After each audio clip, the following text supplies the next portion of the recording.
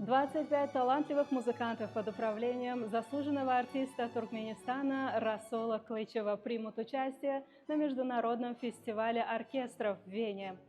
В составе оркестра 12 скрипок, 4 виолончели, 4 альта, 2 контрабаса и 1 дутар. Остаются считанные дни, туркменские музыканты репетируют с особым волнением и вдохновением.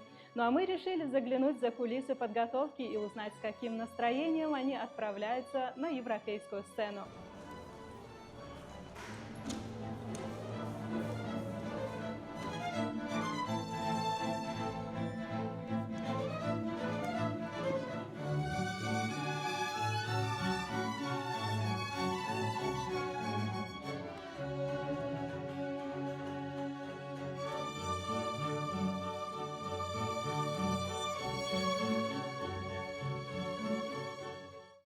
Для нас огромная честь принимать участие во Всемирном международном фестивале оркестров в музыкальной столице города Вена.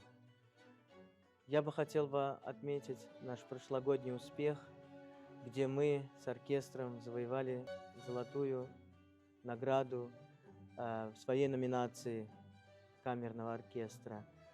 И благодаря этому успеху фестиваль в этом году нас пригласил с оркестром снова принять участие как лауреаты прошлогоднего конкурса. В этом году мы с камерным оркестром выбрали произведение немецкого композитора Франца Шуберта, где оркестр сможет показать свое мастерство.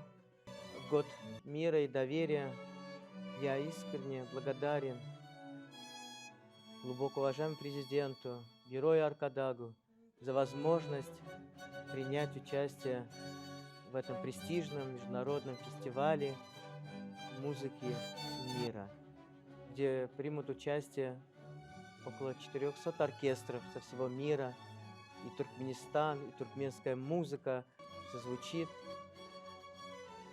в музыкальной столице мира, города Вена. Туркменские музыканты несут на международную сцену частичку своей родной культуры. Мы желаем им вдохновенного выступления и громких аплодисментов в самом сердце Европы.